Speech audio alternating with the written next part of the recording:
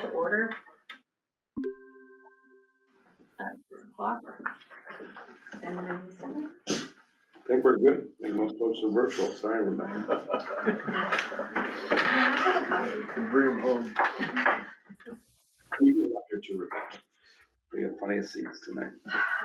all right, guys, so we're gonna go through and call to order. We're gonna do a quick introduction because we have guests tonight, so we'll start with you, Bill, and then we'll go around and we'll get the people on screen. I'm Bill Edgerton from the Rochester Stockbridge Unified District.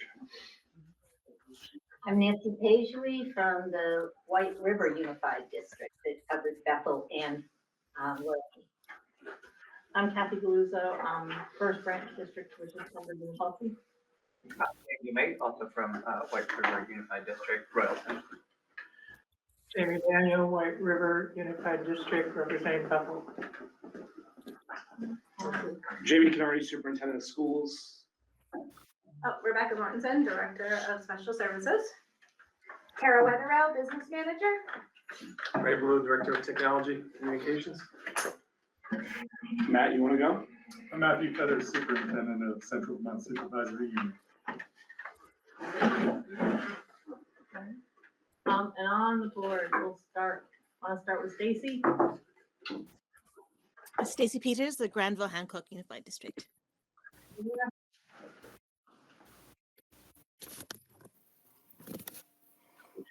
Sylvia? Sylvia Moore from the Sharon School District. Eric? Eric Lopez, Vice Chair of the Stratford School District. Sana? I'm son of the Stratford School District. And Bill? Hi, Will Davis with the Sharon School District. Amy? Amy? Amy Will, Rochester Stockbridge Unified District. I'm sorry, my internet's a little slow, so I might have to shut my video off. Oh, Justin? Dustin Ray, Stratford School District. No. Nell? Nell Donaldson, Stratford School District. And Bill Smith?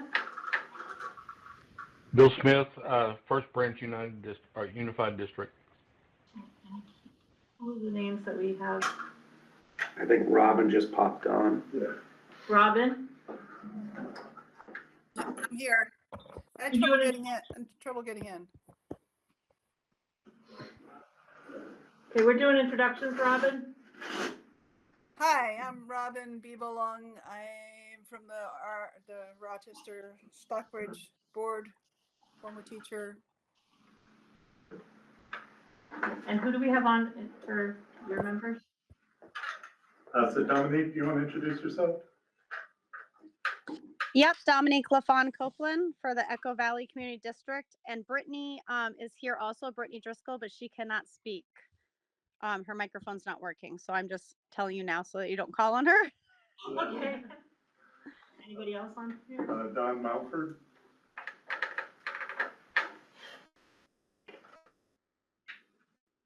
Maybe you can't speak either, but Don Mountford's another one of the Echo Valley board members.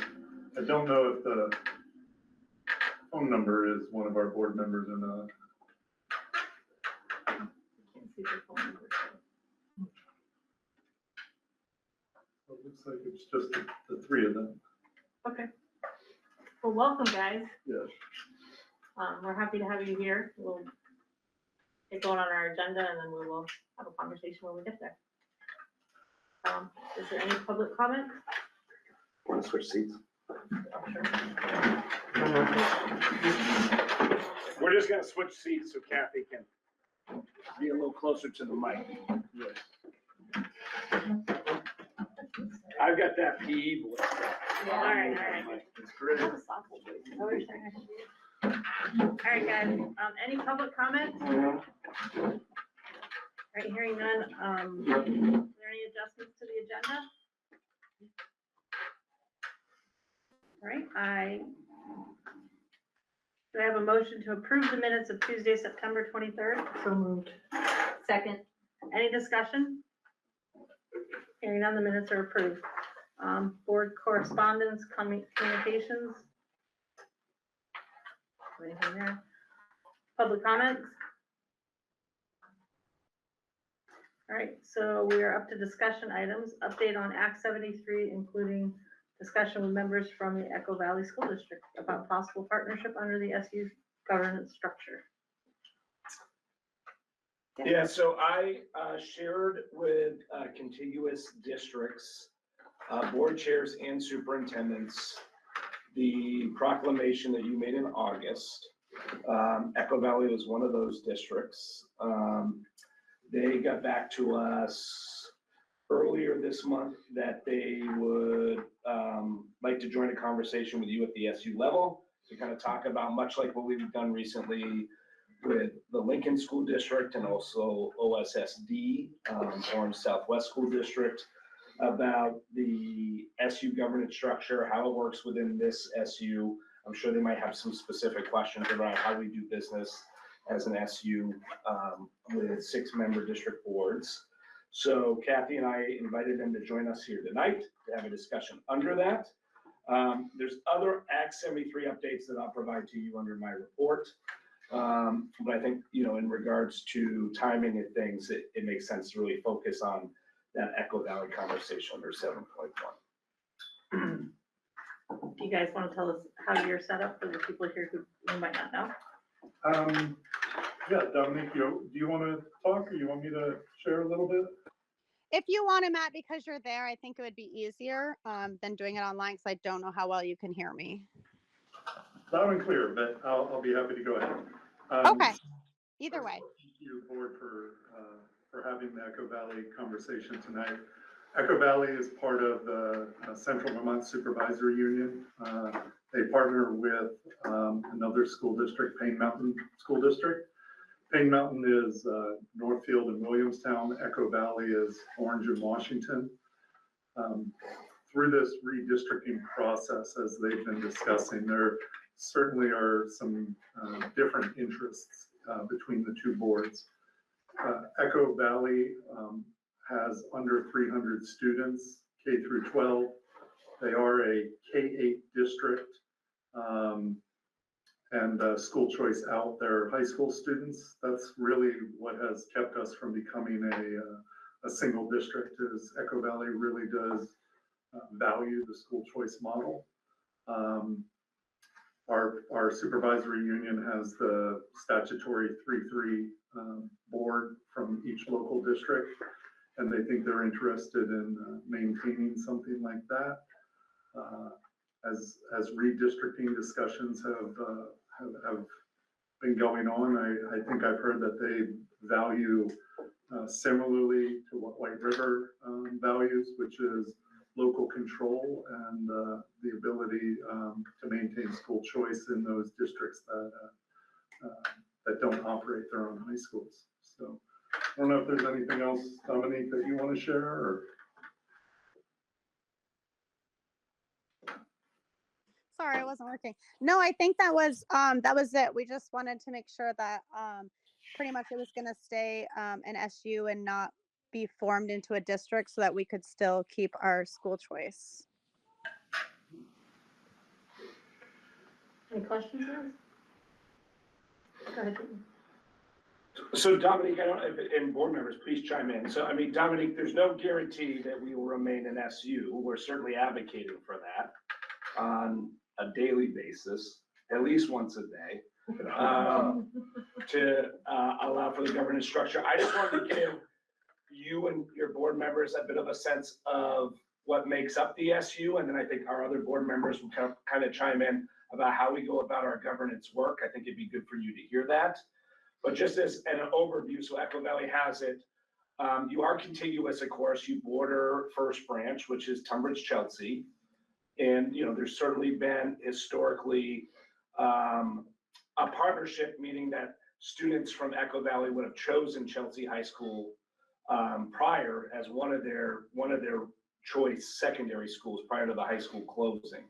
So I do think that there's some history there anyways in regards to some of the Echo Valley students having ties to the Chelsea area. So First Branch would be your bordering district. They operate a K-8. Then we have Stratford, which operates a K-8 as well and has choice 9 through 12. Sharon is a single town school district that operates through 6th grade and has choice 7 through 12. We do have one pre-K-12 operating district that is White River Valley Unified District, which serves students in Royalton and Bethel, of which many of our choice districts do send students to. And then we have a operating through 6th grade district at Rochester Stockbridge and has choice 7 through 12. And then we have Granville Hancock, which is a non-operating district, so it has choice through 12th grade in the Granville Hancock Unified School District. Just to give you a bit of a sense of the districts, we have 6 districts, so we have 7 boards with the SU board. Thank you. Does anyone want to volunteer to give some kind of how we do our work governance wise? I just think it'd be good for them to get a sense of how we work together. So just a piece of the puzzle, we do have a SU policy committee, which actually just finished a meeting prior to this one. So we have sending members from each member district. So any policies that are developed are SU-wide. We also have SU-wide teachers' contracts, and we have a committee for that. The contracts are all negotiated SU-wide, and the employees are all on the same contract through all the districts. We have our full board. We made a cognitive decision when we decided how we were gonna have voting rights and whatnot on the board, and we have, every board has three votes on the full board, and Hancock Granville has 2. Hancock Granville has 1 vote because they're not operating district, and everybody else has 3 votes at each board. So that's how we operate. We looked at different ways by size, different things like that, and we decided that it works for our board because we work really hard to come to a consensus that everybody has the same vote.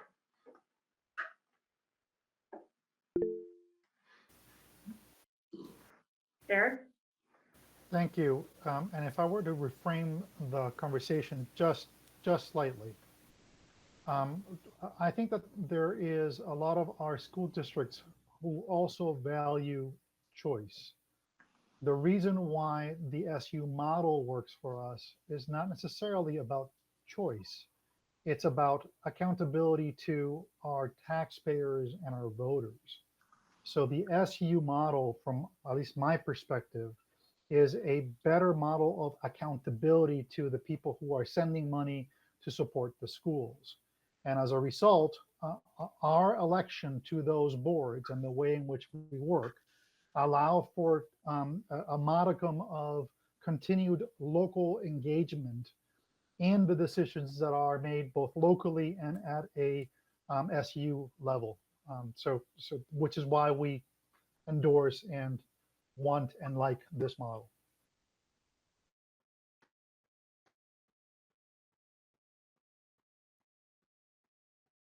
I don't know. Well, do you guys have questions for us that we aren't thinking that we're telling you? We have a negotiations council, which is members from each town can participate in that.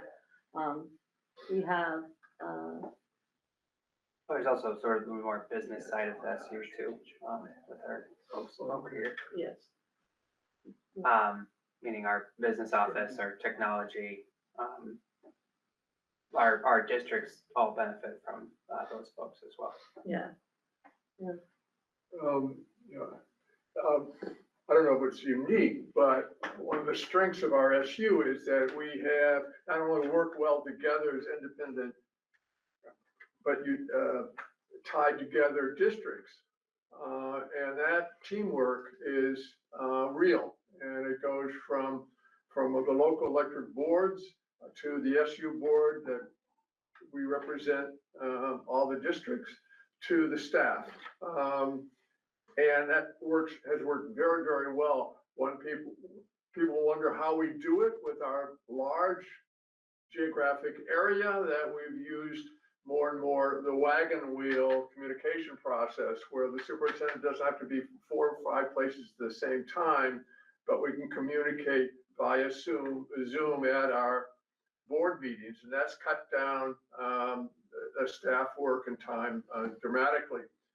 A unique feature that demonstrates the strength and the viability of our structure and our teamwork and our leadership is the strategic plan. We have a 5-year strategic plan that is built from the ground up by the district boards through the central staff and eventually to the superintendent.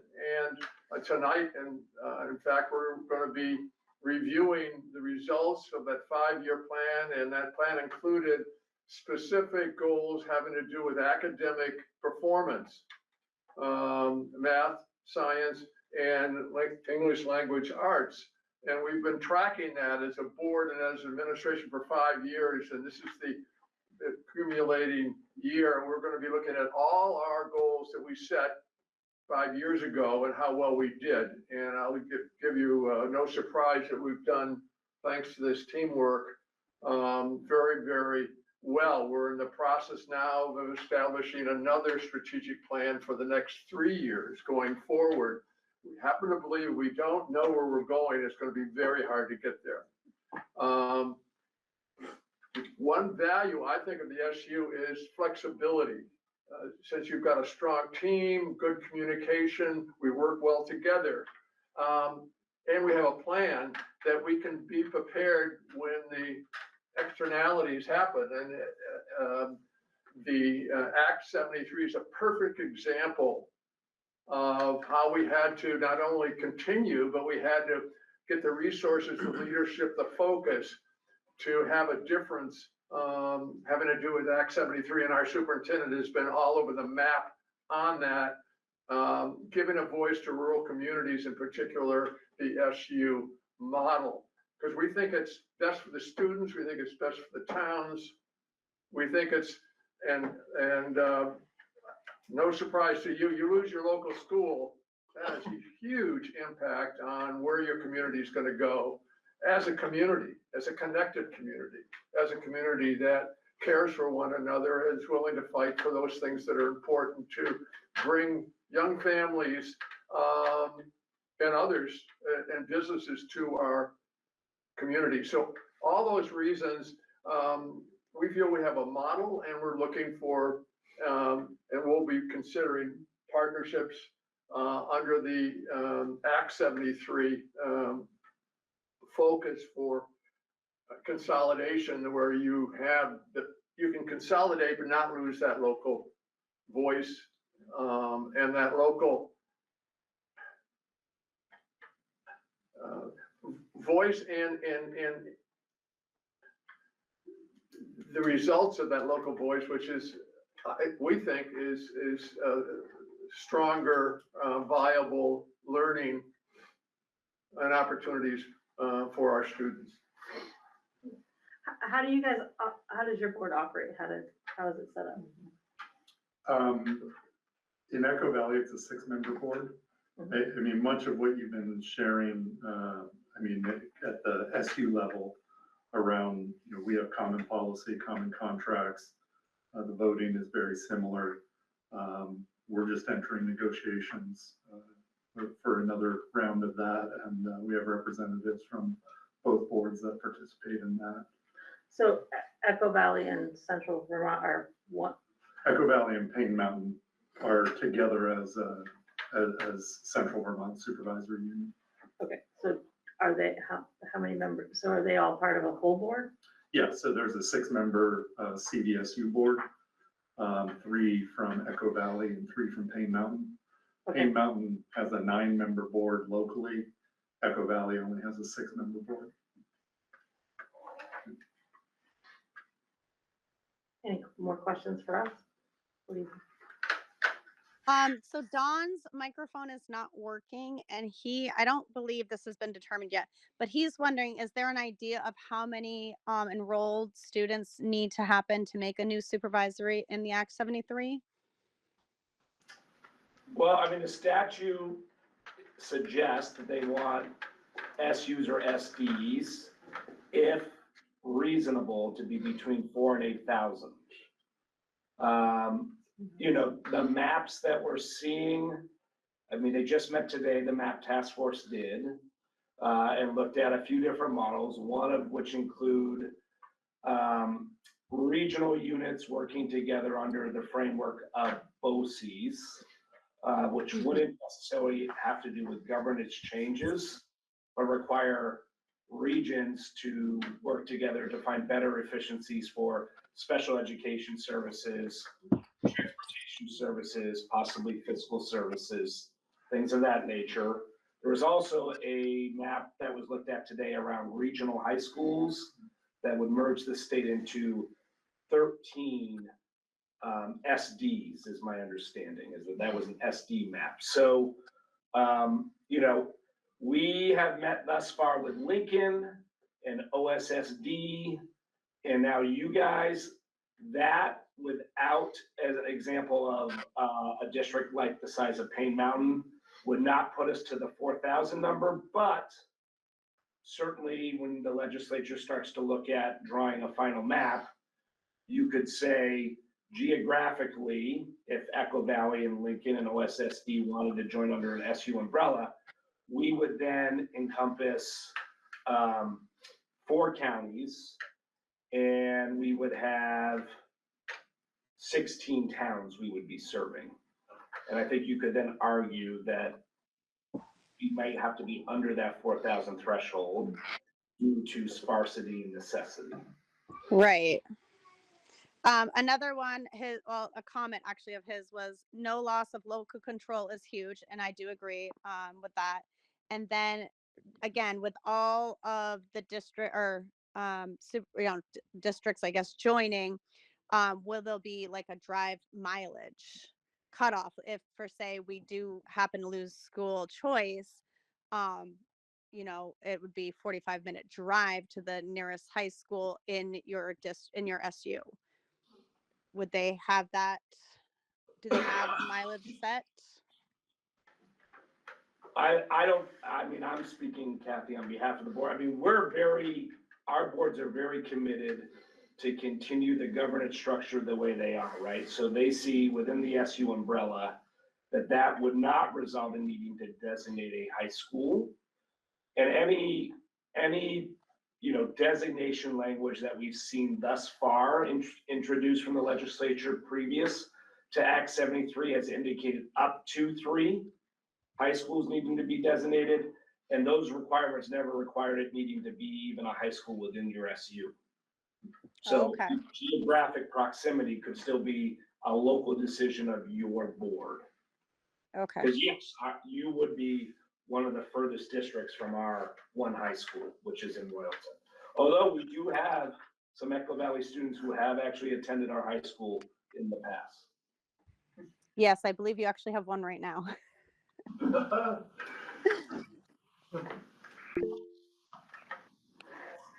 Amy? So in Echo Valley, how many schools do you actually have? School buildings? 2. We have an elementary school, which is pre-K to 4, and then a middle school, which is 5 to 8. And are they in the same town, or are they in different towns? No, the elementary school is in Washington, and then the middle school is in Orange.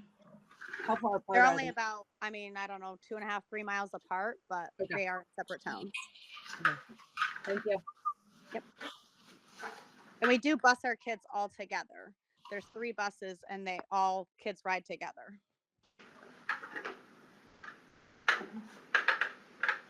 And the same thing we do in First Branch. It's almost exactly how we're set up in First Branch. 2 towns. Yeah, we have K4, and then we have our preschool and our 5 to 8 in Chelsea. So we pretty much have the same, and they help us. Yeah, neither one of our facilities are large enough to hold K-8, so it's been the model that is working best for us. Our middle school, however, has roughly 80 students right now.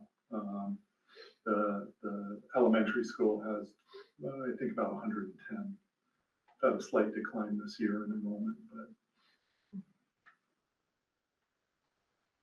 All right. Any other questions or any other comments, guys? Amy? I'm sorry, just to clarify, your school choice starts at 8th grade, though. It's not at 4th grade. It's your whole system. Correct, it's in 8th grade, yep. They got choice just for high school, Amy, 9 through 12. Stacy? Yeah, hi, it's great to meet you all. I'm just wondering how many high schoolers you're tuitioning and how many schools they're going to at the moment. that would definitely be a question for me. I think our latest number is roughly around 40 high school students. I think 38 is the hard and fast number. The majority of them do go to either U32 or Spalding. A smaller amount go to Payne Mountains School, Williamstown Middle High School. I don't think we have any at Northfield at this time. And then a few that go out to Oxbow, I believe. It's kind of, those are one or two off, but the majority do head north into Barry and Berlin. Cool. Thank you. Oh, I had, sorry. One follow-up quick question. Do you have like shared staffers that go back and forth between your two buildings, your two school buildings? Yeah, so all of our special staff, art, music, PE, do share their time between both buildings. Our school counselor and our homeschool coordinator do as well.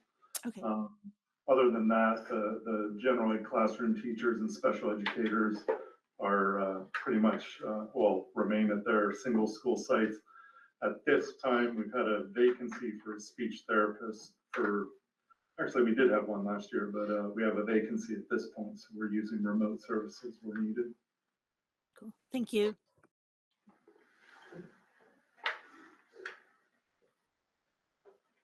Anyone else? Do you guys have any more questions? Any more suggestions, thoughts? I don't know, Dominique, since you're speaking for the whole board, do you have any other questions for White River? They have been silent now, so I think I know that when you guys were going over the 5-year plan for your academics, they were all on board with that and they were really liking that. And so I think that was all the questions that they had given me. Amy? Sorry, I thought of another one. Does your district own your own buses, or do you contract that out to a company? We contract that out. Okay, thank you. Do you own your own buses? No, we contract with STA. All right, that's the same, so. All right. Well, you guys are welcome to stay and, I'm gonna head home, but hopefully they'll hang out and hear a little bit about the strategic plan. And feel free to email, always after a meeting, you think of other questions or things, feel free to email any one of us. We're all happy to chime in and talk. We're pretty easy to get along with and are pretty proud of our district, so we're always happy to talk to you. Yeah, the only other thing I would offer the Echo Valley Board, if you're serious about wanting to pursue staying in the SU governance structure, I would just suggest, and we've suggested this to other contiguous boards, to just make that known to the districting task force so that it's on the record, and maybe you've already done that. Because at some point, the legislature is gonna take this report and suggested maps and then act upon them. So if you've been able to indicate what your hopes are for your communities, having that as public record could then, go forth around informing Senate and House Ed when they take these reports and then start to work on a map to move forward to the full legislature on the floor. And I appreciate that. That was at the Echo Valley Board meets once a month, but at our last meeting, we did look at a draft letter to consider sending. And then we decided that we should reach out to White River before we put that out, but I know we'll be revisiting that at our next meeting. So I'm sticking for sure. Yeah, I think I mentioned it, but if you have another 15 or 20 minutes, I think it's worthwhile to stick around and listen to our Chief Academic Officer's report on 5 years and meeting our academic goals. They're quite impressive, and that's really our huge focus on taking care of our kids academically. And so I just it's a good opportunity to see what's our track record here. If you're thinking about or interested in joining us, it gives you, I think, a good perspective on how seriously we take our mission and how well we're doing. And there's no guarantees, and we have to work on that diligently every day to keep it happening. But I think you'd be interested in hearing about it. All right. So if there's no this, I will continue on the agenda. And feel free to ask questions if you do stay. We're happy to have you. Thank you very much. Thank you. Thanks for coming. Good night. And so Jamie, we're up to your report. So you have my report in hand. I will start reporting on overall goals once we approve a new revised strategic plan. But right now, I've been kind of giving you a narrative of highlights of what's happening. You're going to get a really great presentation from our Chief Academics Officer tonight, directly tied to the benchmarks that we set that align to the academic indicators within the strategic plan. And hopefully you had the chance to look at that prior, because Anna did a really nice job of articulating the goal and then providing the data set that aligned to the goal within her report. I also wanted to just highlight to you that I've been in contact regularly with Senator Bongartz, who's the chair of Senate Education. We're going to be hosting Senate Education on December 10th at the White River Valley High School, the Royalton campus, for a day-long Senate Education Forum on rural schools and how we best work to support students around a continuity of services within a rural school setting. So that will include student panels, teacher panels, administrative panels across the SU, but it's also going to have public comment starting that afternoon. And as that gets firmed up and the agenda gets out there, I will share that with the greater public and certainly all of you. It really is, I think, a goal of all of us to work to bring some friends to that public comment, to make certain that Senate Education hears comment from members of the Rural School Community Alliance in regards to whatever the MAP report is that's forthcoming from the task force. That report is required to be completed by December 1st. So we'll have seen the maps in the report prior to Senate Education joining us on December 10th. You're also going to get draft 1 of our personnel budget tonight that we'll go over with you. The good news is, and I'm just sharing now, we'll share it again, is that we're carrying 8% health insurance. The recommendation was 7.4. That will be improved to January. So we're carrying 8% increase in premiums in the budgets that you have, which is way better than the 18% you saw that we were estimating in student support.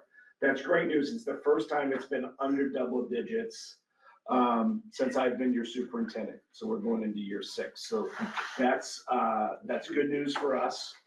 And then in regards to Act 73, the task force met today. I did not have the chance to watch it. I watched like literally 45 minutes this afternoon. I was following some text threads. There's still talk of forced consolidation of SDs within the BOCES proposal of districts under 500. It's the first I had heard of that within the BOCES proposal. That would impact a lot of our districts in this SU other than White River Unified District. So that was concerning language that was unveiled during the BOCES map proposal. It certainly would impact Echo Valley as well. At this point in time, in regards to maps that they've looked at, in regards to the conversations we've been having here locally, frankly, the CTE regional map, that if it included a supervisory union, is what we seem to be having the most conversation around. Echo Valley is part of our CTE region. And certainly OSSD is, right? That is the receiving high school in regards to the CTE region. The other district that would make up the CTE region, other than us, Echo Valley and OSSD, is Payne Mountain, who's indicated that I think their preference is to go toward the north. So stay tuned around that map. You know, in regards to our strategic planning moving forward, frankly, I'm putting a lot of energy back into the legislature, because that is where eventually this map's gonna get finalized and put forth to the floor for a vote. And I think having Senate Ed join us for our ability to provide testimony is huge, to talk to them about why this SU works, how we work to be efficient, how we're working to best serve kids, and that we see it as a viable and needed structure to continue the work that we're doing. I think it's also really good for them to see how our choice districts are sending students all into one of our receiving districts, and how we've been able to reinvest those funds to increase programming for kids. So I do think the partnership is strong there.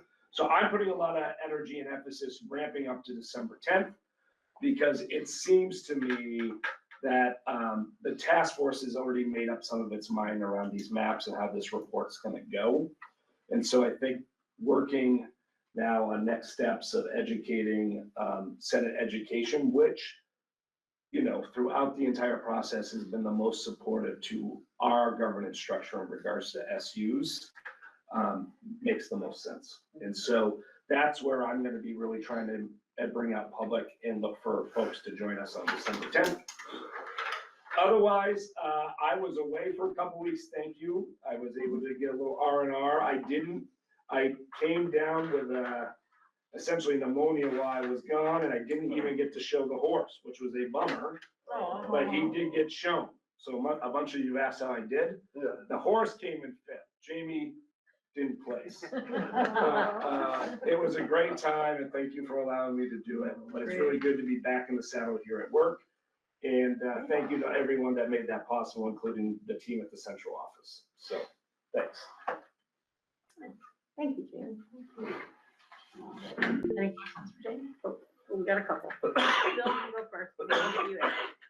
Yeah, I just want to celebrate what our superintendent is doing to lead the charge to get the education committee here for a whole day and be able to show the committee what we're all about, what a successful SU really means as a model that should be duplicated, certainly not removed from the future of Vermont's public education and its organization thereof. And secondly, it's going to be great to have Jamie back hitting the coffee circuit. I thought, and I wasn't there, but my impression from hearing from people is that it's a great way to communicate and to influence its opinion and to answer questions. And we've got a superintendent that's, among other things, enormously effective for one-on-one or one-on-two or three or four. So I'm glad you're finding time to do that, because you're up the wazoo and things to do. Thank you. Thanks, Bill. Eric? Jamie, I'm sure you've already thought of this, but I wanted to inquire, and that is, as it relates to the invitation to the Senate Education Committee, is that invitation going to include outreach to our friends in the other side of the legislature, the House, so that they also hear some of the commentary that we will be providing as members of the public and as an SU? Yeah, my plan was once Senate Ed, they're actually doing a listening tour, so they're gonna actually make 5 stops throughout the state. And that once they released their listening tour, that we would certainly invite members of House Ed to join that conversation that afternoon. Thank you. Any other questions for Jamie? And certainly our local representatives as well. I will share it. Yes. Stacy? Just a note that if you want some local company when you're on this side of the mountain, let us know. Oh, please. Party at Absolutely. Quintown, let's do it. Town senior meal next Friday. You bet. Awesome.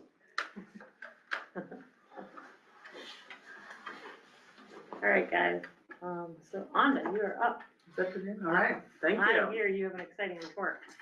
You've already read it, so you'll know how good it is. So thank you very much. The extent of my report tonight is all of the alignment to our roadmap to success, the academic achievement goals that were related to our strategic plan. As always, there's just a lot of details in here. So I'll start slow and walk us through some of them, and hopefully that orients you enough to then, understand what we're trying to present here. And certainly stop me if you have either clarifying questions or whatever, more deeper questions. For everyone, so these goals, the strategic plan was adopted, and then we aligned these strategic goals in November of 2021 using the spring 2021 data as our benchmark. Did we have spring 2021 data, or we still? Yes, I think we were. I think we tested then. Yes, it was 2020. We didn't have any data. Yep. And we used the Smarter Balance Assessment Consortium as our baseline. That test then got removed in Vermont and replaced by what is known as VTCAP. It's the Vermont Comprehensive Assessment Plan. So in that way, we sort of had a break in some of the data because some of them are not directly comparable. But we'll go through that. So our first goal, as we set collectively here, was that our average English language arts scale score would exceed the proficient benchmark in each grade by 2025.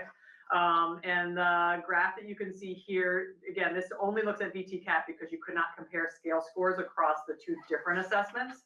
So the lightest blue dot is the oldest score and getting darker to the star by 2025.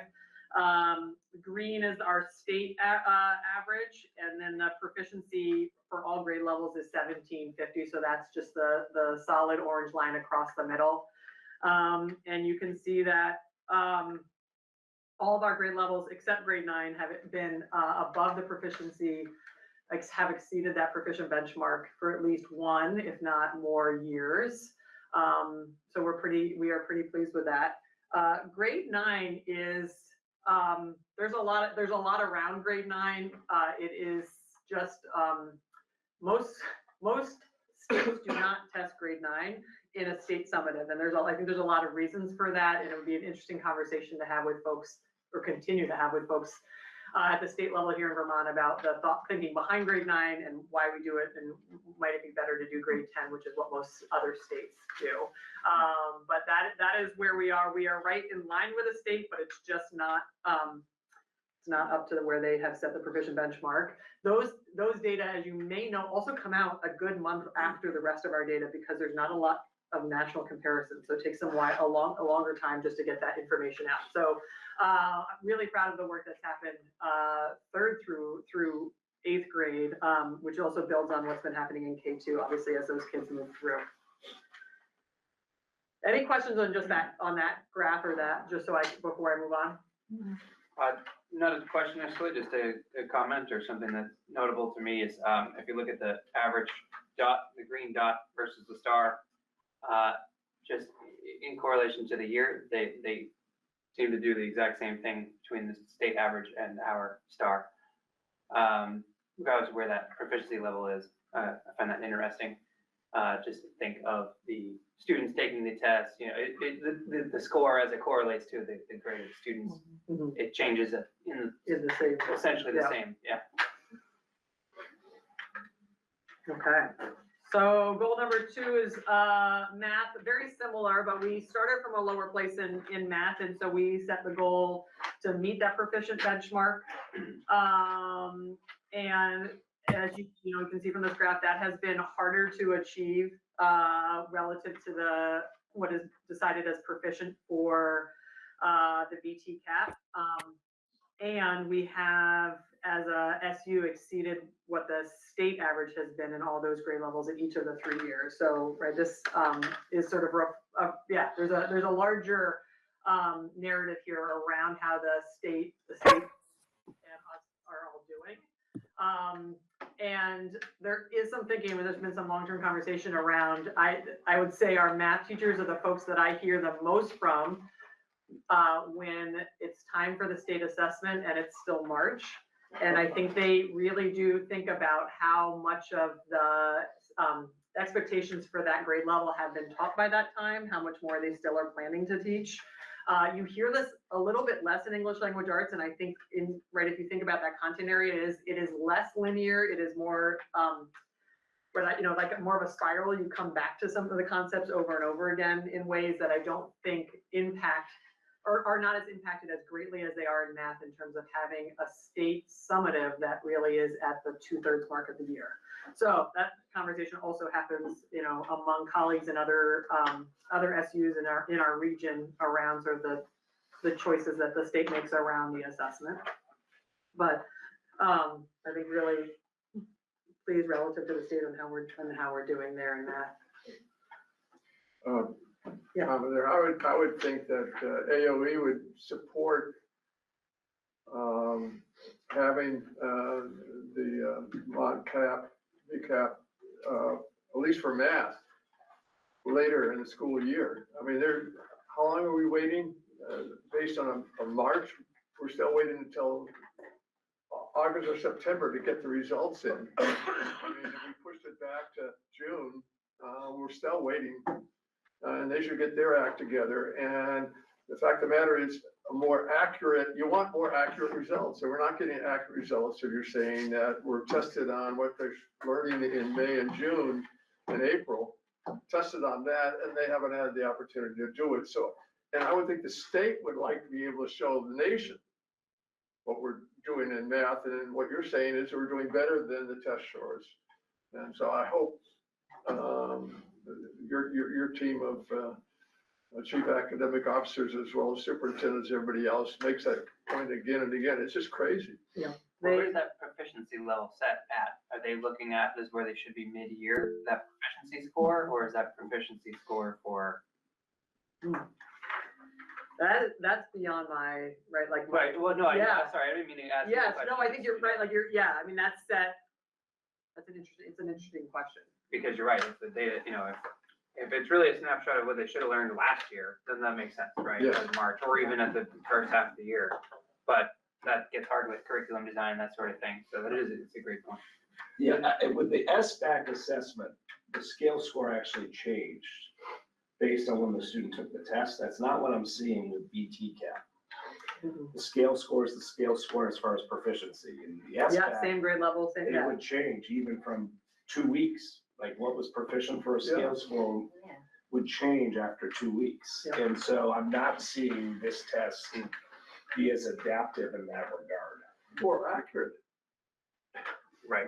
I mean, the thing that's accurate is that everyone in the state is taking it in that time frame. Though it is a large window, and we have moved within that window depending on when our April break falls and when like whether we've got NAEP and all the other factors that we look at.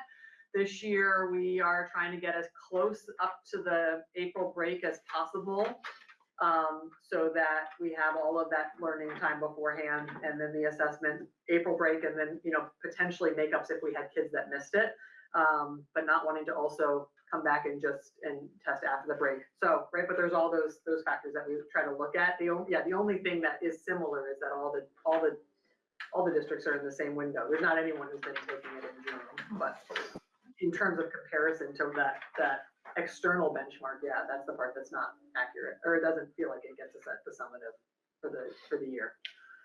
Do you have any insight specific to I guess it really would be 7th grade, but I'm looking at the 8th grade, which seems to be, anomaly on this one.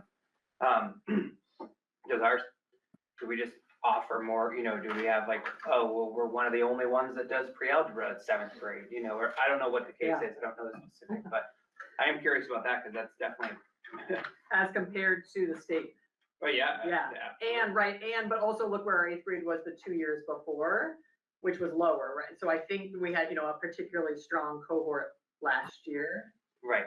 finishing 8th grade. And it is hard, right? Yeah. Because you're talking about a group of students and That it's not a is- huge group of Yeah. students. It just does make me curious because that is like such a jump. That is a jump, yeah. And then you've got like sort of 6th grade that has had some jumps above too, if you see Right. 6th grade from 2 years ago, which is 8th grade in this graph, so that you can see how that, right, the light blue above Oh, 6th right, okay, grade that makes sense. is the dark star in 8th grade. Oh, interesting. That's what I was going to ask. Do you have these split out according to a class throughout the years? So we have that, I think I did that right. You did. We have that coming up, but you can, just to follow it here, right, I just wondered if you had it split out. I mean, it's kind of hard to read it here. Yeah, so It's on over page any, 6 and 7 of your report. Yeah. over any 3 years span or 3 grade span on the Yeah. page that we're on, Yep. it would go, the light blue moves to the dark blue, moves to the Star. star Yeah. over those 3 years. Yeah. So, yeah, if you're looking at the light blue all the way to the left for grade 3 at 1725, the next year they were at 1710, call it. And then Yeah. the following year, they were almost back to 1725, which makes sense. It's that same group of students. Group of students, yep, yep. Okay, goal 3, which. I think Oh, Son has a question, yeah. Yeah. Yeah, and I don't know, this might be because I'm coming just with everything that's happening with the Act 73. Are there any concerns that these data could be misconstrued or used in a way to justify some of the redistricting decisions, or do you feel pretty safe that we can say, hey, actually look at this comparatively, versus the state, to elevate, hey, this is why we are successful as an SU. If anything, it'd be the opposite. Yeah, I mean, we're at or average for above everything. in most areas. Yeah, I was gonna say, this report is exactly why we should get to stay the way we are. Okay, Only thank you. 2 instances where you guys, yeah. And one of them's really just right on same par. And then look at science. Eric? Yeah, and I want to make sure that I understand what the report is capturing and what it's not capturing. And so, for example, in grade 9, all we are capturing are the students at White River Valley High School, because there are no other districts that offer 9th grade that we test. Similarly, for 7th and 8th grade, it's only the 3 districts that offer 7th and 8th grade. But the big aggregate is K through 6, or through here 3 through 6, which is except for Granville, Hancock, everybody else is included in that. Do I say that correctly? Yes. Thank you. Yes, the agency still cannot provide us a subset of our students that attend outside the SU.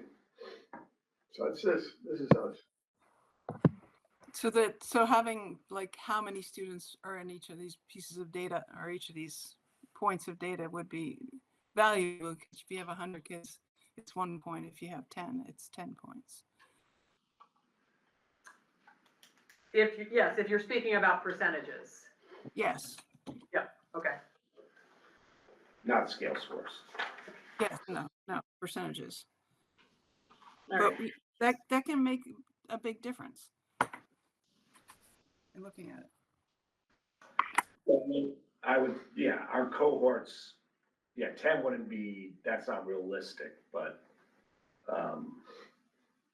yes, certainly the percentages can be off more in the upper grades because we have less students attending our schools.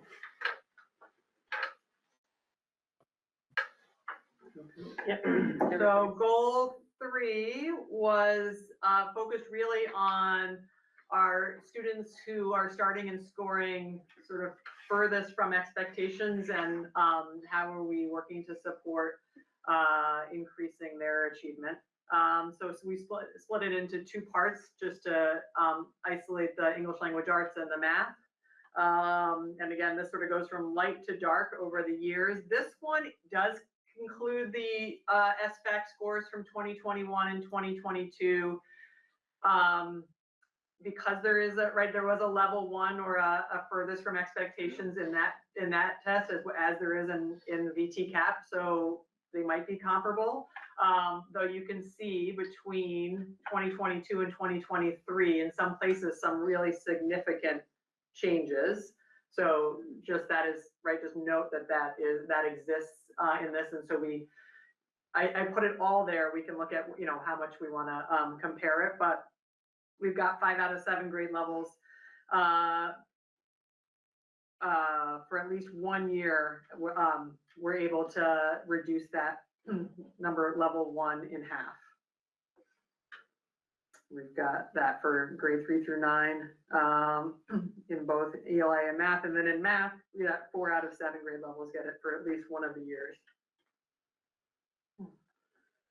And this is a place, Robin, where it would show up, right? The percentages, the number in the cohort is going to make a bigger difference, Right. As is the number within this. But it's a little easier to compare percentages because the number of the cohort is different. You're not changing if you don't look at percentages and you're looking at cohort numbers. That number is changing because the kids are getting into a new grade level every year. So that's why we compare this in percentages.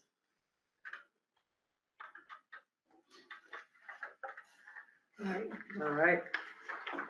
And then our fourth goal was acknowledging that our VT-CAP only assesses students once they are in 3rd grade and beyond. And we had, right in 2021, really starting to think a lot about what our students were doing in those early grades. In all of our content, both of the main tested content areas, but particularly around reading, as we identified some real gaps there. And so we adopted the DIBELS assessment in 2020.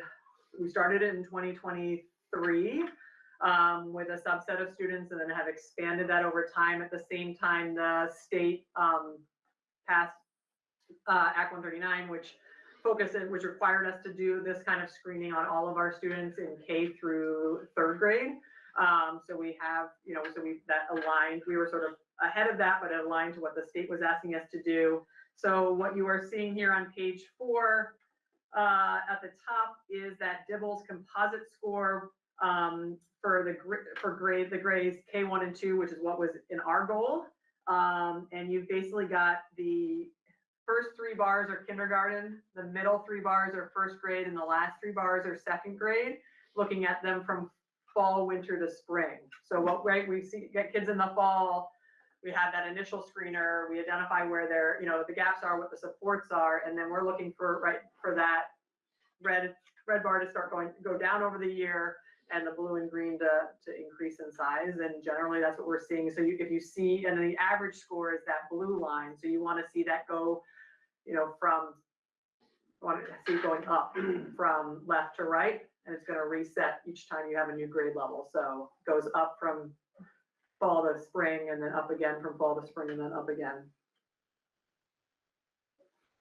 That's looking at last spring. So that's our kind of end of year data for last year, which is what we had set as the benchmark 2025 for these goals.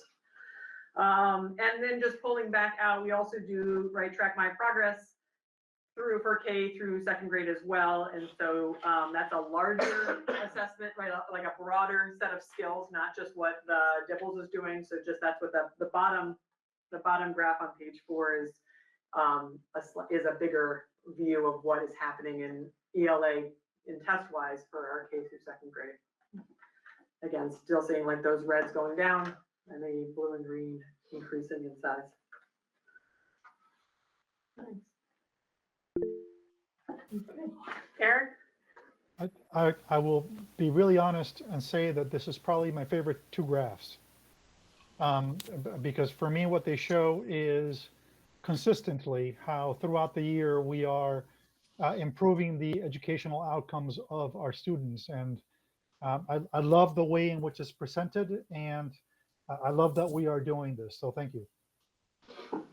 Thank you, Eric. Robin? I also am really pleased with these two graphs. And if anyone's wondering about those lines that go down, that means you need to read with your children over the summertime. Yeah, I mean, a real credit to our students and the teachers in these grade levels for incredibly good work in trying to give our kids as much exposure to good literature and reading and all the skills that we want to be building. So We have one. oh, sorry. Yeah, you go. Yep, I can't see it. Sana? Maybe cite these graphs and these numbers when we are reaching out to the legislator, when we're advocating for us to continue doing as we're doing. Yeah, you know, I think that's great. Like, so Sana, when you brought up earlier, are they going to use this? Like, they have all of that data around the VT cap, but they don't actually have this data as much at their fingertips. So I think that makes a lot of sense, right? They at a state level are collecting grades 3 and up, but they don't necessarily have as much information around our individual schools and our SU around K2. And so, you know, we provide it in different data inventories and in different ways, but they don't have it in the same way they have the VT cap. So I think, right, particularly when we think about our elementary schools and how important they are to our communities and to, you know, the experience that our students have, I think it's a great thing to be able to cite, because they're not going to have as much access to this data. Okay, and thinking like my question earlier, like I framed it coming from a place of like, I want to trust that when they look at this data, they actually understand, even though you've made it really clear, but just, you know, wanting to reinforce what they're looking at and like adding this additional piece to advocate for, like, you know, why, you know, all of your incredible hard work and like the work of the SU, like why we should be allowed to continue to operate as we have been. And so that's why I asked that question, because I was like, there's no way possible that they could misinterpret anything that's being sent to them. So thank you. Robin, did you have another question? No, I'm sorry. I forgot to put my hand down. Oh, no worries. So, I think the December 10th all-day meeting with the Education Committee, this is going to be a super great time to educate them about our test scores in an SU, a large geographic SU, and how we're doing in comparison with the state. And the thing that excites me, it's a word, strong word, but reduction in level 1,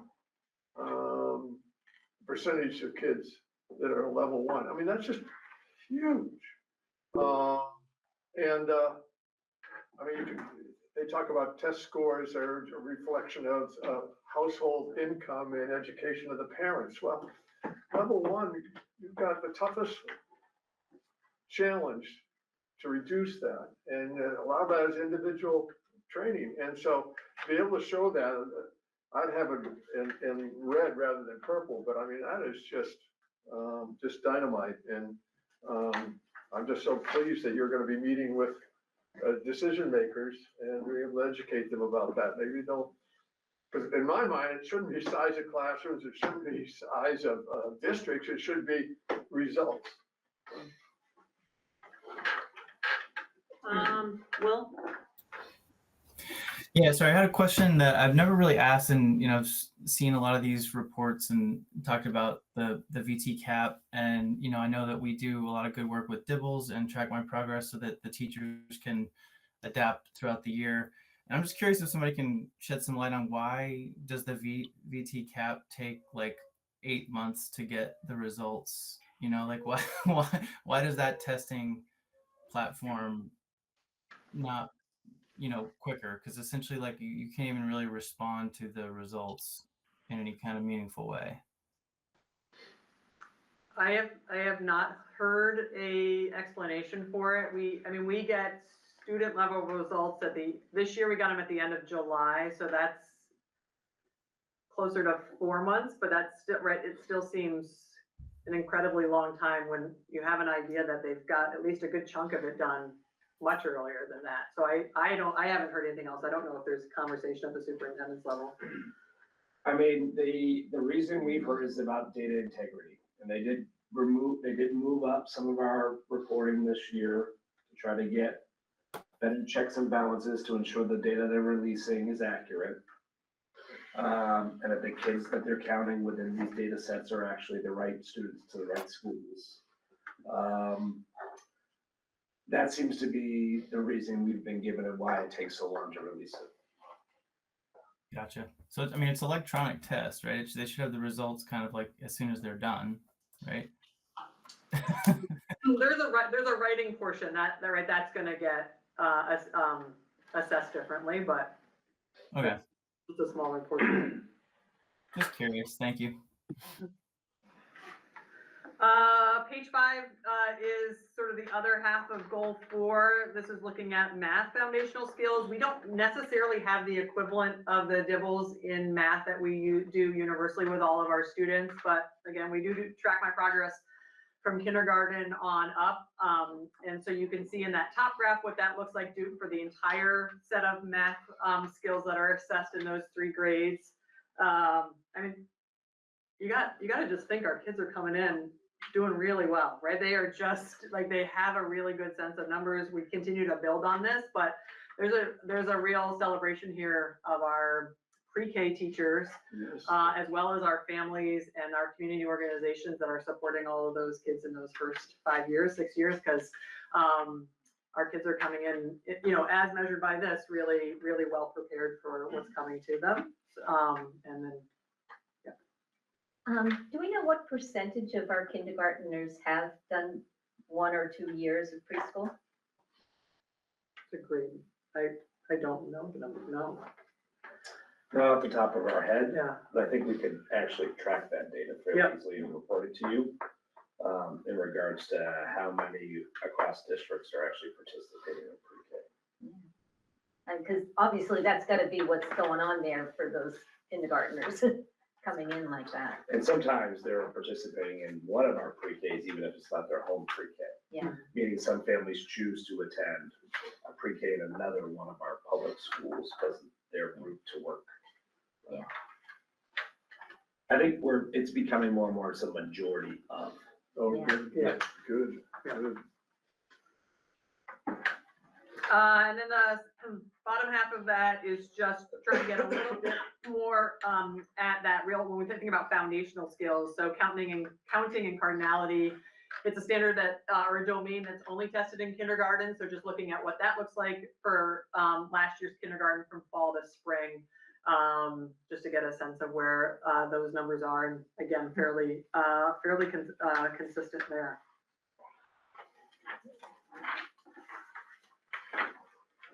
So that's the data that's most aligned to our strategic plan.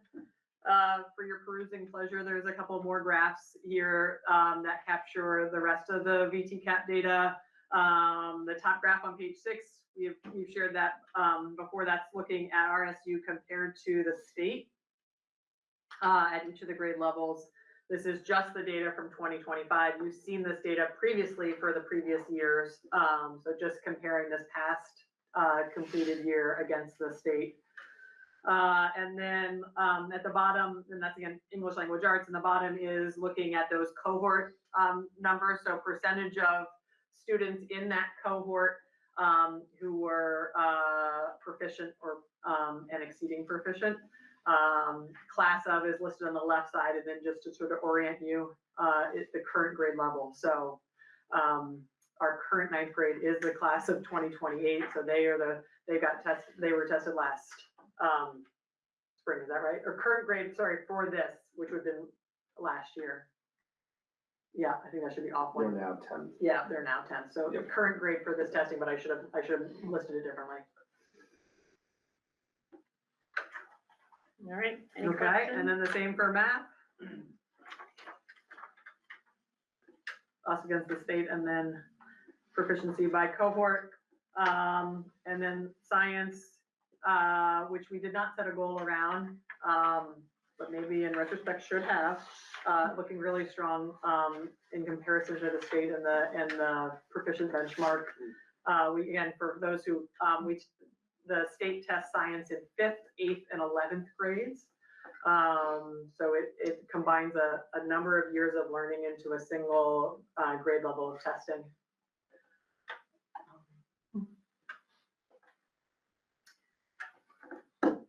All right, wow. Thank you very, very much. Thank you to everyone else who makes the numbers happen. I'm sorry, I'm excited about this. Going back to page 4 and 5, reduction, percentage reduction of the level 1, the red. Okay, you normally think, okay, that means there's gonna be more yellow, which is still below efficient. And you find that in some cases, but if you look at this overall, there's far more. The gain is that the yellow is less as well as the red. And where is it going? It's going proficient or above proficient. And so you're really seeing some jumps there, or you're seeing in yellow, we're not only getting the reds taken care of, we're getting the whole group, and that graph line shows that. So yeah, this is right, as in they're not just staying blue, they're also going up. Yeah. And we're looking, right, reminder that we've set our cut scores and track my progress so that you have to get to 60 to get out of the yellow. And so 60%. 60, yeah, so. That's a national is 40. Yeah. Yeah, well, you're not dumbing it down like the Ivy League. I'm not gonna. All right, thank you, Bill. thank you guys. Great inflation's closer than Harvard, Yale, That would be it. Princeton. Yeah, Director of Special Services. All right. I have no colorful graphs, so all the excitement is done. So I don't know, my report this month is really heavily based off of, I don't know how many people for pleasure have read the legislative report, Current State of Special Education Delivery. No. It's fabulous reading. There are graphs in here, but they're not colorful. So this came out related to Act 73. There's been some study around special education in Vermont and how we are delivering, who we're delivering to, and who is doing the delivery. So some of what we've found statewide, which I think is also reflected here in our SU, Vermont does a tremendous job of modeling inclusion, of having students with disabilities included in their general education classrooms at least 80% of the day. That's the target that Vermont sets as, where we want to be as much as possible, and we are monitored on that. What Vermont also does in a standout way, and not a mark of pride, is we are a leader in the country of sending students outside of their SU, outside of their district, to a different placement, because that SU or that district does not have the programming or the expertise to meet them in their home communities. Other states, if you look at this, has a larger percentage of those kids in the middle, those kids who are in their class less than 80% of the day, but they're still included. That group is less represented here in Vermont. So in Vermont, if you have a disability, such as emotional behavioral disturbance or autism spectrum disorder, which are the disabilities that are more increasingly being identified at a higher rate than other disabilities, you are more likely to be served outside of your home district. I think that we have seen this here. We are very creative, and I'm incredibly proud to be part of such a really collaborative and creative team in finding ways to think outside the box and meet our students in a multiple different ways. But we don't have a systematic way of doing it. It's a need arises and we find a way to make it work. So what we're looking at, this will impact the budget conversation. You'll see we proposed adding something. Recognizing the population is changing. We've got some students coming in next year with a more significant presentation coming up from preschool into the school age system. And we've had 16 students move in on IEPs this year already, 4 of which are considered intensive level of need. So that has kind of made us rethink some of our service delivery, some of our resources, and some of our groupings already. We want to be proactive and think forward. How can we keep our students in their home communities? How can we train our staff, to have the skills to accept the students in the classroom at least 40% of the time, and have other trained staff to be able to reach them the rest of their day. We're looking at this on a continuum of, from K all the way up, so that every grade level has an opportunity to reach this. And we're also looking at this from the lens of, more of your emotional behavioral disorders and the lens of your low incidence autism spectrum disorders, because the approaches to those two presentations, there's some overlap, but it's very different. It's very difficult to put everybody in one category and do training in the same way for those. So those are things we're looking at. I've started having conversations. You've heard me talk about the coach program, which starts to lay the foundation with that. And I had my first one today, coming to school faculty meetings at the individual level to start talking with general education teachers more about what that looks like, what role they can play in this process and partnering with us. Anda and I went to an AOE meeting on compliance monitoring and looking at our factors, and started thinking about ways that we can partner better in sharing that information. And that's kind of a long-term vision, but it came out of this, and the immediate impact will be looking at a little bit of staffing increase for next year to start to lay the groundwork for this. Any questions, guys?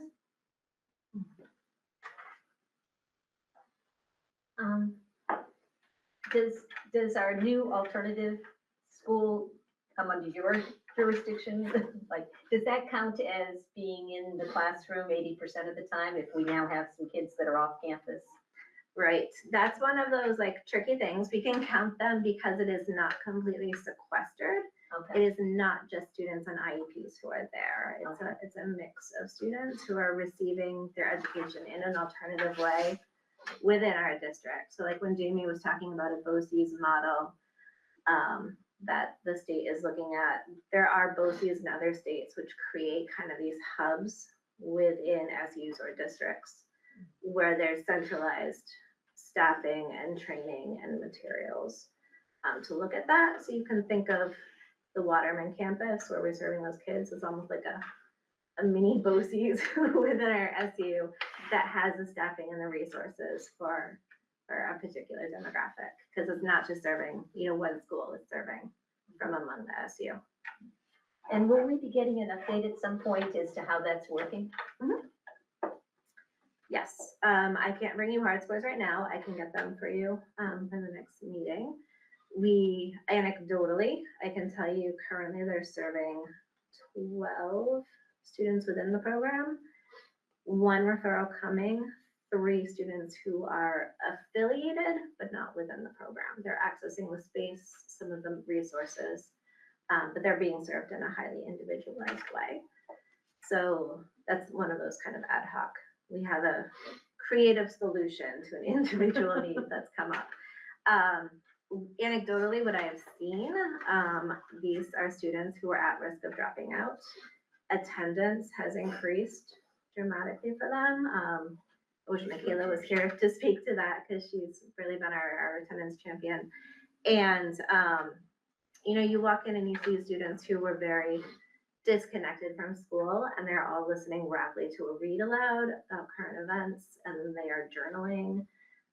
They're really doing it. They have started a boat building project, doing some hands-on things. Oh, is Juana doing this with them? They're also looking at designing. They started doing some Adirondack chairs and some pet feeders.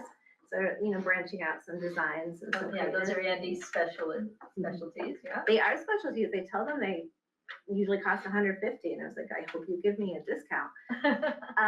They cook their lunch every day. My office is immediately above them, so I smell delicious things every day. So they're learning some of those life skills around budgeting, cooking, and they have had somebody come in to teach them about bike maintenance. So another hands-on skill for that. Sounds great. It does sound great. Thank you.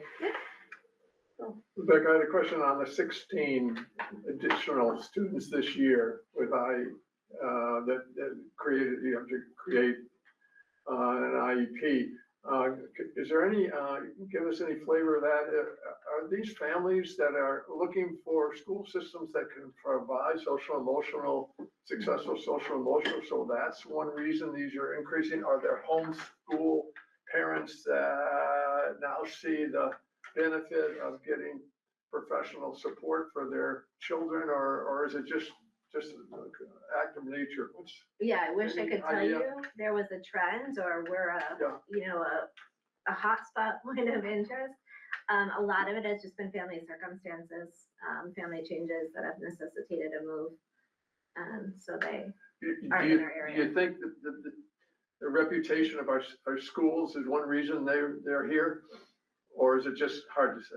I think it's hard to say. I think it's families who have been in flux who are coming to an area where they have some connection. There have been, I want to say maybe one, there has been one family who had been homeschooling who would prefer now to be back. Thank you.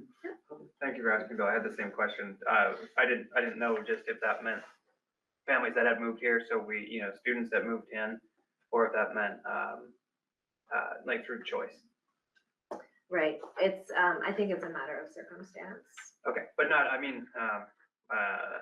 meaning school choice, students that came here, is that part of the 16, or is it, those are actually just, new families new to the area? Those are, some of them might be returning, like they were students, 2-3 years ago. Like I said, they're returning back here because they have a home base here and family here. Got it.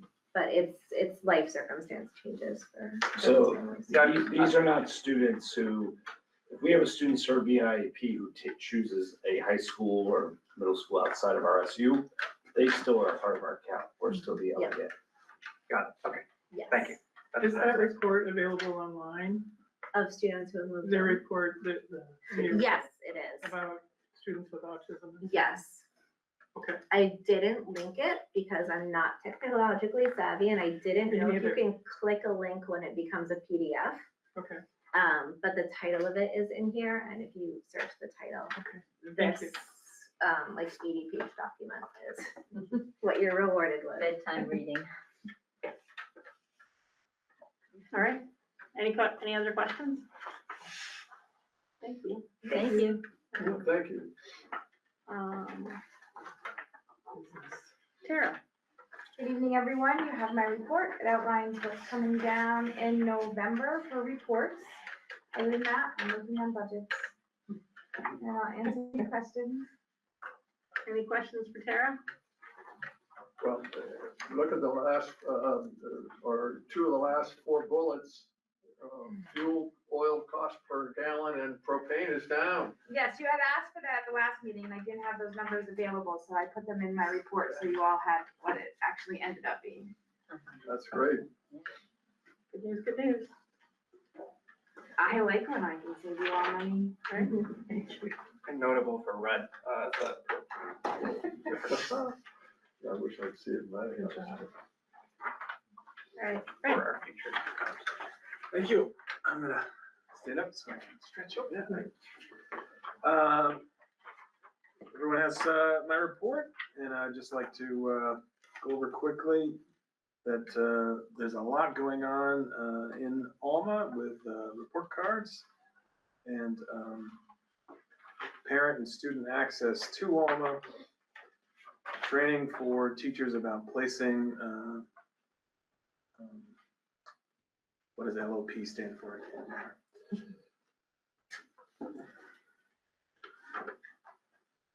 I've lost with acronym. Yeah, LOP, level Proficiency. of Performance or proficiency? performance. Sorry, it's a term from a couple of years ago. But it got stuck in my head there for a second. And then the strategic plan, there's a synopsis here of the feedback that has been provided this far. We have a new newsletter coming up, and we have been doing a lot of E-rate work. We are finally done reporting last year to the state and have started to work on 2025-26 state reporting out of Alma for our fall collection. Happy to take any questions from those in the room or online. Awesome. Anyone? My 2 cents. Appreciate it because it's important to reach out to all the participants, the opportunity to weigh in on our strategic plan, where we're going in the future. And so I think that's fantastic. And also it's nice that the first draft, and even the last draft, it seems to have a positive backing of parents, teachers, faculty, and hopefully some students. The other thing is, again, I like Ray. He's exciting things. He's involved with points, switches, and firewalls. Yes. And I wish I could say the same with me. And the other, I guess the last thing is, Jamie, are you going to allow Ray to be drafted by AOE to square away their difficulty and AOE is not welcome to poaching anyone. Including you. Yeah. Yes. I thanks for mentioning that, Bill. I will say very briefly that we had a question earlier about whether our data would be used in the redistricting, and I just want to say that I personally, professionally, have been disappointed in the level of data that had been used for H454 and 73, at least up until June. And my hope is that, well, I'm sure that the task force is taking it back seriously, and that as we go into the spring, the legislature will too. WVRSU Policy Committee. We worked on 2 policies tonight. Policy C34, I'll do that one quick. We're still working on that. We had some adjustments and amendments. And so we're gonna bring that back and after the amendments are made and look at it one more time. Did anybody have any other further comments about that one that was on the committee call? Okay. And then the other policy we worked on was C33, and we did move that out of committee tonight. So it's gonna go out to each of the boards to talk about, and it's on the table to talk about here tonight. And that's our intra-supervisory union transfer policy, which we talked about at the last meeting. They have not seen a draft of this yet, so. So we'll get you a draft. So we can talk about it at our next full board meeting. Sound good? But we should start talking about it at our board meeting so people know that it's going on and we're talking about it. All right. Draft number 1, FY27 budget for personnel. Want to start? Go for it. So you have draft number 1 for personnel. The SU team will continue to meet to get you a more detailed draft number 2 in November with all your budget lines. What you're seeing here is a status quo budget in regards to the central office and all those departments. Those are current staffing. We're not projecting currently forward any additional staffing. I'm going to continue to have conversation with Chief Academic Officer Adams and our Director of Technology and Communications, Baloo, in regards to reapproaching the board about the personnel that we requested last year that was going to support us around our data management and efficiency around the use of data management. And so you're going to see a proposal next month that will have an increased FTE coming out of curriculum and technology. We have a stipend position around data assistant in technology right now. We may want to formalize into having a 1.0 FTE to do that work for the SU. It's what we proposed last year. We did remove it after draft number 2 based on feedback from the board. We continue to work hard to try to make certain we have readily available data for our teachers at their fingertips to make informed instructional decisions. We have done a great job within the stipend positions we have to best try to do that. There's still times where our data is lagging in regards to teachers having like daily updates around data. And in addition to helping our teachers and things manage and leverage the technology we have to best track intervention services within the EduClimate platform. I would say we're doing a good job. I think in general, we're stretching a lot of folks thin in order to do the good job we're doing. So it's a conversation I'm gonna suggest to the board that I at least wanna have again next month. Within special ed, you're seeing an increase of 2 FTEs. You are seeing that some of our case management contracted services down, so that equates for one of those.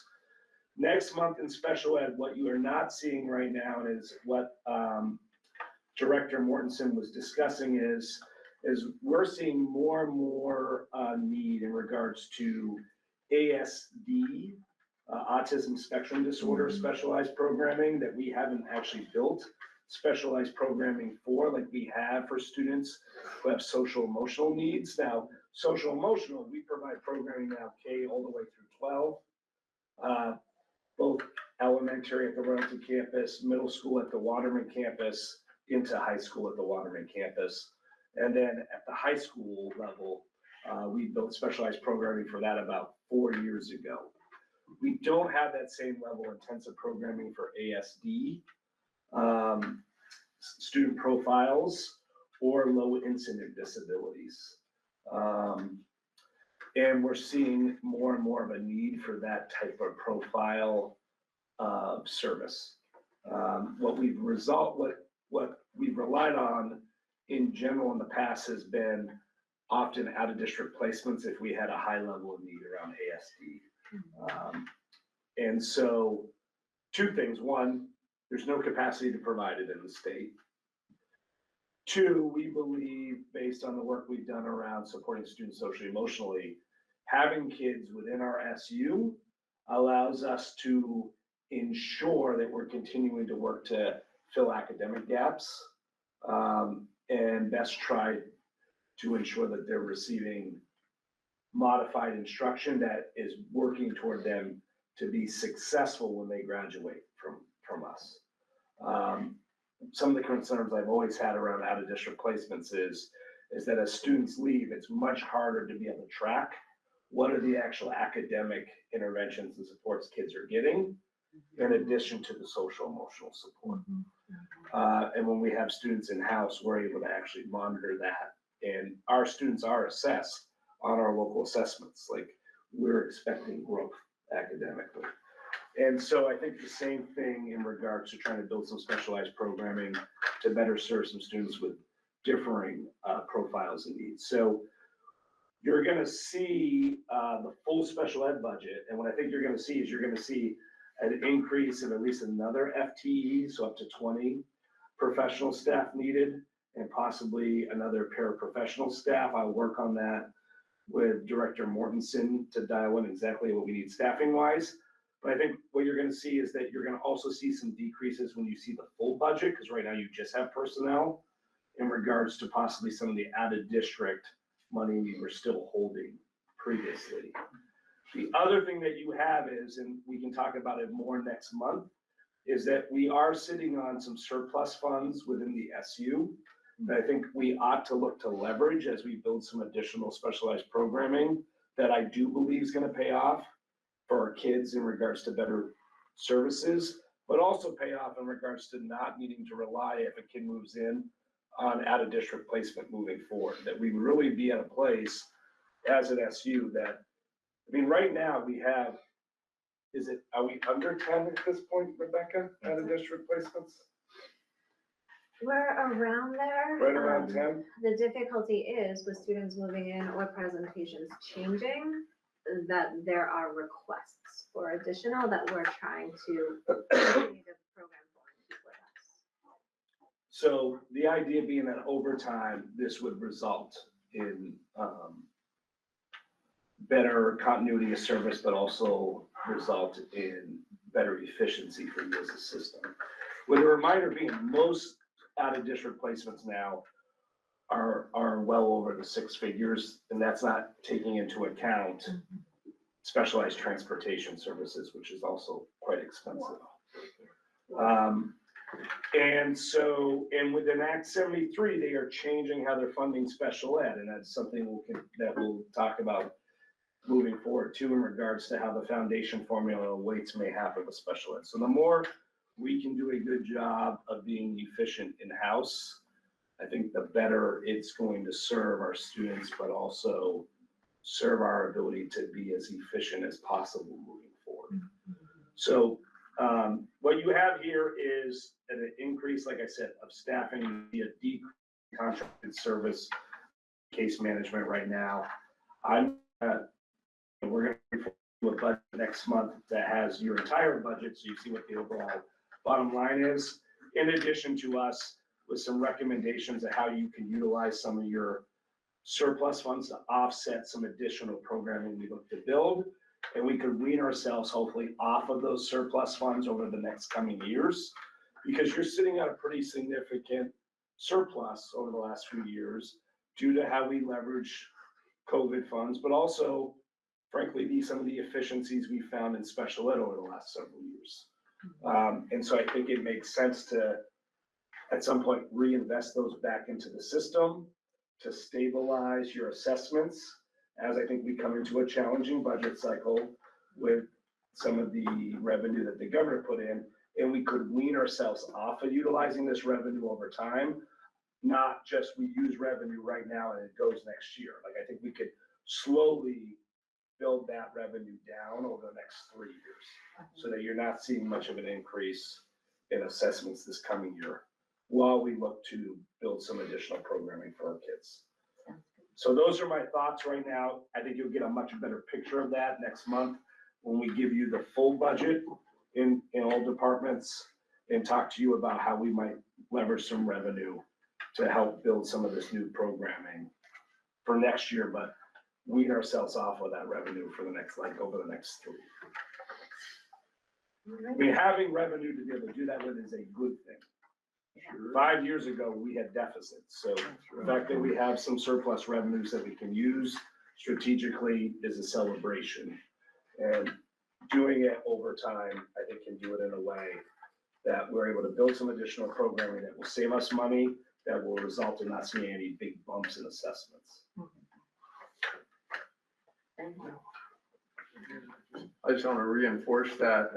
One reason we have Act 73 is, you recall 2 years ago, the number of school budgets that were turned down, voted down by communities throughout the state of Vermont. Everybody's hair is on fire. Why was one of the driving forces were school administrations that took federal monies and built new programming, and then the communities did not want to let go of that new programming when the federal funds went away, and therefore you had these huge increases that the voters at the ultimate day, we didn't fall into that trap here. And instead we have a surplus. And our budgets have passed every single year. So I don't think we ever want to forget strategic financial management is huge. All right. On to WVRSU strategic plan, current updated draft. So I want to thank all the board members who have provided feedback, as well as teachers and community members. And we took that feedback to tweak some parts of the plan, including some updated pictures. What you'll see is, and I thought it was a real good suggestion, to move the roadmap letter up in the plan. You'll also see that the roadmap letter from Kathy and I, we worked to include and emphasize the importance of goal 3 and how it directly aligns to Act 73 and how we're trying to be proactive with that goal. I also tried to capture some additional academic indicators. I still need to work with the admin team to dial those academic indicators in, just so you know, but the academic indicators are included within goal 1, which is about the portrait of a learner. And remember, academic proficiency is one of our characteristics that we look for within the portrait of a learner. You also provided some additional feedback and under goal 3 around some additional tasks that we included. And we also reorganized some of the tasks within goal 3. And, you know, you'll notice under goal 3, there's a lot of explicit action around how we're working to address Act 73 and ensure that there's a governance structure. I apologize, the PDF. When you PDF these things, it moves things out of place. We'll get the formatting right for the final draft, don't worry, before it goes to the publisher. But, so that's some of what changed in the goal 3 as well.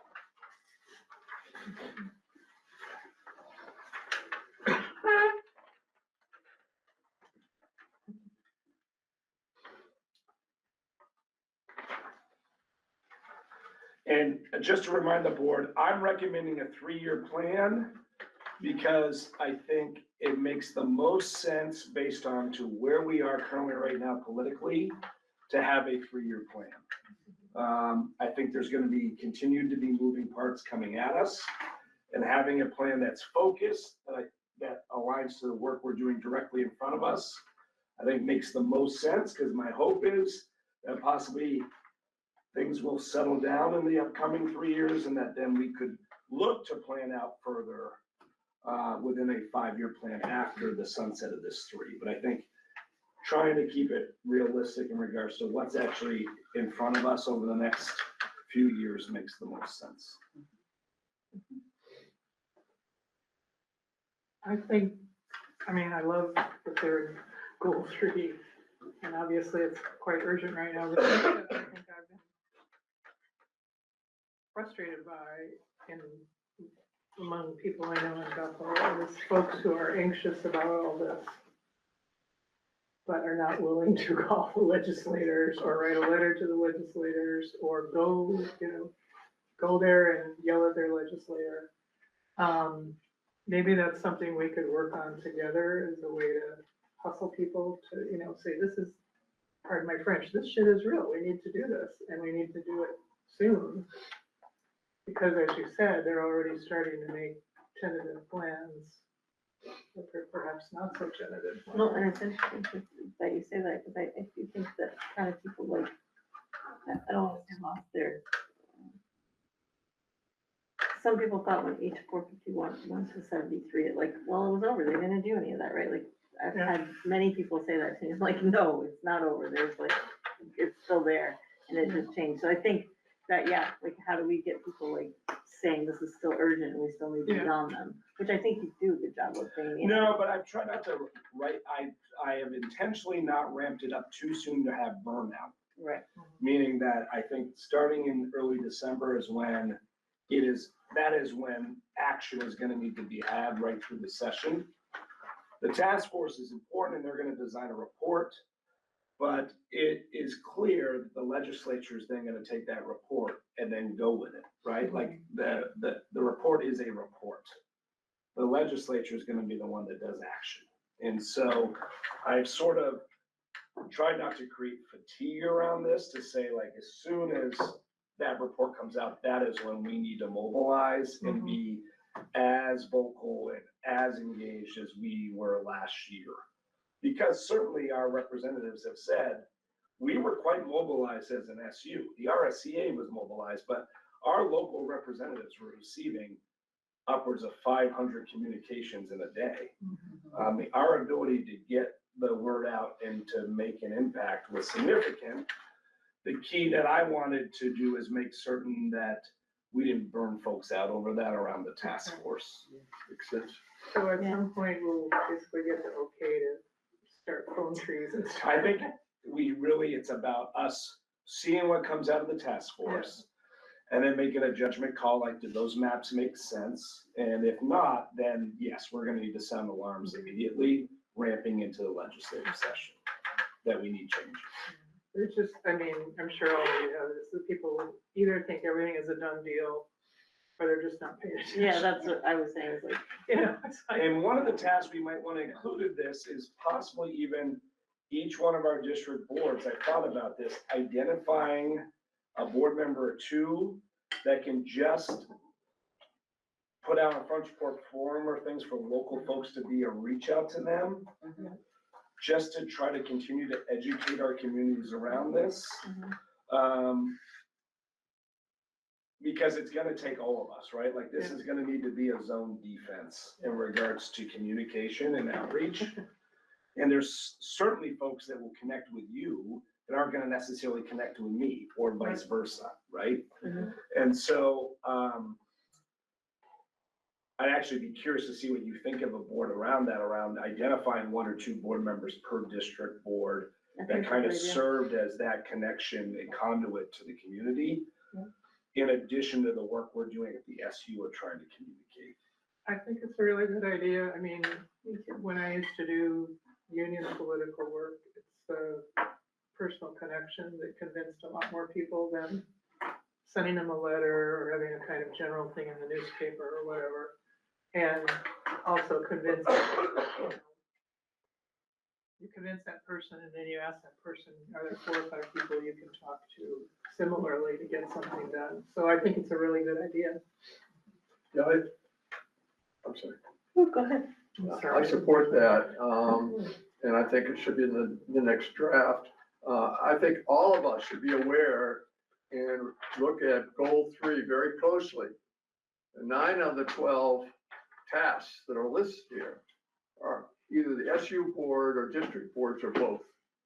And if we haven't set our goals for this year, we need to do that district board by district board to the SU board, and the heart and soul of those goals enumerated right here. On 9 of these goals under goal 3 have to do with us, and we need to be aware and committed to, and this is an example that Jamie had, thanks to Jamie, about appointing fellow board members to do certain tasks. That can be a very effective way to get things done. And this, we're talking about a year that we're gonna need to be on top of our game. This is it. And so this is our blueprint. This is our roadmap. And so I urge everybody, if you haven't, look at this, and does it make sense? Can we do this? And can we get our entire boards behind this? This isn't an administrative, this isn't the administration. Goal 3 is us. Thank you. All right. Anything else on this draft? So, this draft will go out to the public. I'm actually gonna add that task before it does, because I think it makes a ton of sense, unless anyone objects. And then we'll go to collect additional feedback and continue to have conversation. Board members, please continue to share feedback. If you don't want to use the form, just email me. And we'll have a revised draft forthcoming for you, hopefully a week before your board meeting. And then if you have tweaks, please let me know. I'll warn it for possible action in November. If we're not quite ready, then hopefully we can be ready to adopt in December. Thanks. All right. Is there any public comment? I don't think there's anybody on. Resignations, new hires we talked about? No? Future agenda items? I have another. Oh, okay. I would like to propose that we go to the wagon wheel model again for January, February, and March. That budgets will be done by then, but driving is a whole lot worse January, February, March, and it would be really good for these people that come to our meetings if they didn't have to be out several nights a week. I like the wagon wheel model, so I never object. I thought it went great for July and August. Jamie, do you think that it works for those ones? The only boards it may not, although it may, because we would have budget put to bed in a lot of the districts, is that our SUD and GHUD are still finishing their budgets. But we could strategically work to support them appropriately, those two boards. The rest of you will have put your budgets to bed in January.